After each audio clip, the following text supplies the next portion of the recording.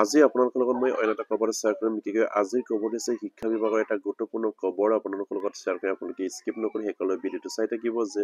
নিশ্চয়কৈ আপোনালোকে জ্ঞাত যে অসমৰ মাননীয় মুখ্যমন্ত্ৰী আৰু যোৱা কেইদিনমানৰ কেবিনেটত এটা গুৰুত্বপূৰ্ণ সিদ্ধান্ত লৈছিলে অসমৰ শিক্ষক কৰ্মচাৰীসকলৰ বাবে বিশেষকৈ আপোনাৰ এছএছএ আৰু ষ্টেট পুলৰ আণ্ডাৰত থকা যিসকল শিক্ষক কৰ্মচাৰী আছিলে তেখেতসকলৰ কাৰণে অসম চৰকাৰে এটা গুৰুত্বপূৰ্ণ সিদ্ধান্ত লৈছিলে আৰু সেই সিদ্ধান্ত মৰ্মে আমাৰ এছএছএ আৰু ষ্টেট পুলত থকা শিক্ষকসকলে ৰেগুলাৰাইজৰ কাৰণে তেখেতসকলে আকৌ এপ্লাই কৰিব পাৰিব যিহেতু তেখেতসকলে এতিয়া কন্ট্ৰেকচুৱেলৰ আণ্ডাৰত কাম কৰি আছে আৰু কন্ট্ৰেকচুৱেলৰ আণ্ডাৰত থাকিলে কি সুবিধা বা অসুবিধা আছে নিশ্চয়কৈ আপোনালোকে গম পাইছে আৰু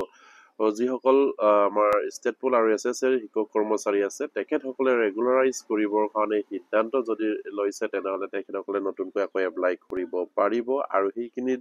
এই ডেট তাৰিখ অলৰেডি আমাৰ আৰু শিক্ষা বিভাগৰ পৰা পাব্লিছ হৈছে নিশ্চয় আপোনালোকে স্ক্ৰীনত প্ৰত্যক্ষ কৰিছে government of Assam office of the director of elementary education Assam Kahilipara Guwahati 19 website dde.assam.gov in advertisement for special recruitment of drive বুলি ইয়াত উল্লেখ কৰিছে মানে এডভাৰটাইজমেণ্টটো হৈছে স্পেচিয়েল ৰিকুৱাৰমেণ্টৰ বাবে সেইখিনি মানে এডভাৰটাইজ পাব্লিছ কৰা হৈছে অসম চৰকাৰৰ কেবিনেটত সিদ্ধান্ত মৰ্মে যিহেতু আমাৰ 12,000 যিসকল শিক্ষক কৰ্মচাৰী আছে এছএছএ আৰু কন্ট্ৰেকচুৱেলত তেখেতসকলক ৰেগুলাৰাইজ কৰিবৰ কাৰণে অলৰেডি স্পেচিয়েল এটা ৰিকুৱাৰমেণ্ট অসম চৰকাৰ কেবিনেটত ঘোষণা কৰিছিলে সেইখিনি উল্লেখ কৰিছে ইয়াত কৈছে with a view to support strength and improve the quality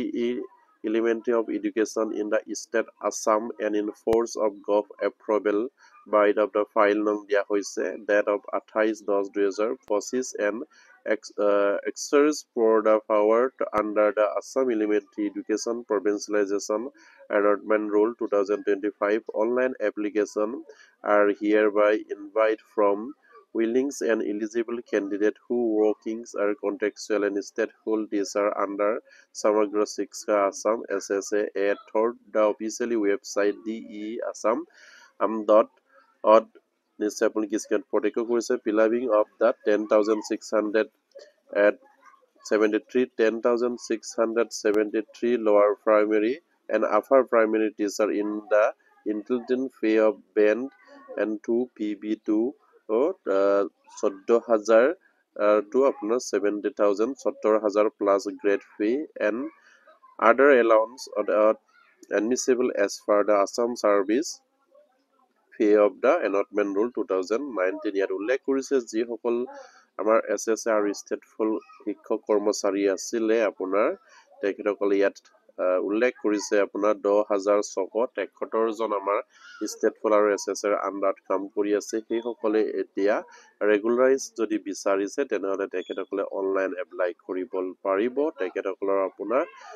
pay বেণ্ডটো হৈছে আপোনাৰ 14,000 পৰা 70,000 লৈকে তেখেতসকলে পাব তাৰ উপৰিও গ্ৰেড ফে আৰু আদাৰ এলাউন্সখিনি তাত প্লাছ হৈ আছে খুবেই এটা ভাল খবৰ আমাৰ এছএছএ আৰু ষ্টেটফুল শিক্ষক কৰ্মচাৰীসকলৰ কাৰণে তেখেতসকলক ৰেগুলাৰাইজৰ কাৰণে অলৰেডি অসম চৰকাৰ কেইদিনমানৰ কেবিনেটৰ আগত তেখেতসকলে সিদ্ধান্ত লৈছিলে সেই মৰ্মে তেখেতসকলে ইয়াত উল্লেখ কৰিছে আৰু কি কণ্ডিশ্যন থাকিব তেখেতসকলে এপ্লাই কৰিবৰ কাৰণে সেইখিনি ইয়াত দিয়া আছে এইখিনি আপোনালোকে একেলগে ভিডিঅ'টো চাই থাকিব কণ্ডিশ্যন অফ ৰিকুৱাৰমেণ্ট ইয়াত দিয়া হৈছে এক number the candidate as on 13 September 2025 must be working of the contextual and stateful teacher under SSA আপোনাৰ ইয়াত উল্লেখ কৰিছে আপোনাৰ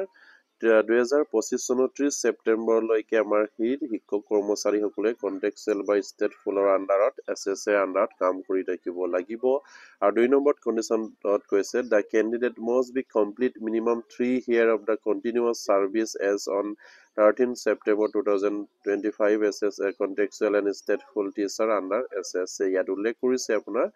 2025 চনৰ 30 ছেপ্টেম্বৰলৈকে তেখেতসকলৰ আমাৰ সাৰ্ভিস কন্টিনিউ কৰা 3 বছৰ হ'ব লাগিব আৰু কন্টেক্সুৱেল বা ষ্টেটফুল হিচাপে এছএছএৰ আণ্ডাৰত 3 নম্বৰ পইণ্টত কৈছে the requirement academic and professional qualification for eligible will be as per NCT norms will be exciting of rule and condition বুলি ইয়াত উল্লেখ কৰিছে 4 নম্বৰত কৈছে the eligible candidates shall apply online officially website deassam.gov.in from 10 mm to 8/11/2025 midnight or 3/13/11/2025 ইয়াত উল্লেখ কৰিছে আপোনাৰ 8 নৱেম্বৰ 10টা বজাৰ পৰা সেইখিনি আৰম্ভ হ'ব আৰু আপোনাৰ সেইখিনি শেষ হ'ব আপোনাৰ নৱেম্বৰ মাহৰ 30 তাৰিখে শেষ হ'ব ইয়াত উল্লেখ কৰিছে আপোনালোকে স্ক্ৰীনত প্ৰত্যক্ষ কৰিছে অনলাইন পৰ্টেল আপোনাৰ 8 নৱেম্বৰৰ পৰা খোল খাব সেইখিনি ইয়াত দিছে নিশ্চয় আপোনালোকে স্ক্ৰীনত প্ৰত্যক্ষ কৰিছে no offline application will be accepted মানে অফলাইন যদি আপুনি কৰে তেনেহলে এটো একসেপ্ট নকৰিব অনলাইন কৰিব লাগিব de.assam.gov.in ৱেবছাইটত আপোনাৰ 8 নৱেম্বৰৰ পৰা আৰম্ভ হ'ব 30 নৱেম্বৰত শেষ হ'ব এইখিনি দিয়া হৈছে আৰু 6 নম্বৰ কন্ডিশনটো হৈছে the director of elementary education Assam service right to cancel the postpone on the recruitment at any state without the assignment any reason therefore ইয়াত উল্লেখ কৰিছে 7 নম্বৰত কৈছে the candidate shall apply to the same category post that he she was the holding is contractual stateful teacher only in post ইয়াত উল্লেখ কৰিছে তেখেতে যেটো পোষ্টত আছে সেই পোষ্টতে এপ্লাই কৰিব পাৰিব এসএসএ আৰু ষ্টেটফুল আৰু বা কন্ট্ৰেক্টুৱেল যিসকলে আছে মানে এসএসএৰ আন্ডাৰত আৰু number document required will be notify the online portals আৰু অনলাইন পৰ্টেলত আপোনাৰ কিবা কৰা ইয়াত আপোনাৰ document requirement করা হ'ব বুলি কৈছে attention the application all candidate request to visit officially website of DE Assam at deassam.gov.in the future information update related the requirement will be provided in DE officially website only at উল্লেখ কৰিছে নিশ্চয় আপুনি screen প্ৰত্যক্ষ কৰিছে খুব এটা গুৰুত্বপূৰ্ণ খবৰ হেকত নিশ্চয় আপোনালোকে স্ক্ৰীন প্ৰত্যক্ষ কৰিছে director of elementary education Assam কাহিলীৰ পৰা গুৱাহাটী 19 খুব এটা ভাল খবৰ আমাৰ এসএসএ আৰু ষ্টেটফুল যিসকল শিক্ষক কৰ্মচাৰী আছে আপোনালোকে সেইখিনি আপোনাৰ ৰেগুলাৰাইজ যদি বিচাৰিছে আপোনালোকে এপ্লাই কৰিব পাৰিব আৰু সেইখিনি প্ৰসেস এছ আপোনাৰ যোৱা বছৰ হৈছিল আৰু বহুতো ষ্টেটফুল আৰু কন্ট্ৰেক্টুৱেল শিক্ষক কৰ্মচাৰী অলৰেডি ৰেগুলাৰ কৰা হ'ল কিন্তু এতিয়া এটা কন্ডিশন আছে কাৰণে হয়তো আমাৰ কিছুমান ষ্টেটফুল আৰু এসএসএ টিচাৰ সকলে হয়তো ৰেগুলাৰাইজলৈ আহিব বিচাৰা নাই কাৰণ তেখেতসকলৰ যিখিনি দৰমহা সেই দৰমহাখিনি নিশ্চয়কৈ কমি যাব তেখেতসকলে বৰ্তমান যিটো দৰমহা পাই আছে তাৰ পৰা হয়তো বহুতো কমিব পাৰে কোনোবা হয়তো আপোনাৰ বহু বছৰ হ'ল তেখেতসকলে কন্ট্ৰেক্টুৱেল বা ষ্টেটফুল হিচাপে কাম কৰি তেখেতসকলৰ দৰমহা যিটো আপোনাৰ দৰমহা লেভেলটো তেখেতসকলৰ বৃদ্ধি হ'ল কিন্তু যদি ৰেগুলাৰ হোৱাৰ লগে লগে তেখেতসকলৰ দৰমহা যিটো পে সেইখিনি কমি যাব আৰু সেইখিনিতে কিছুমান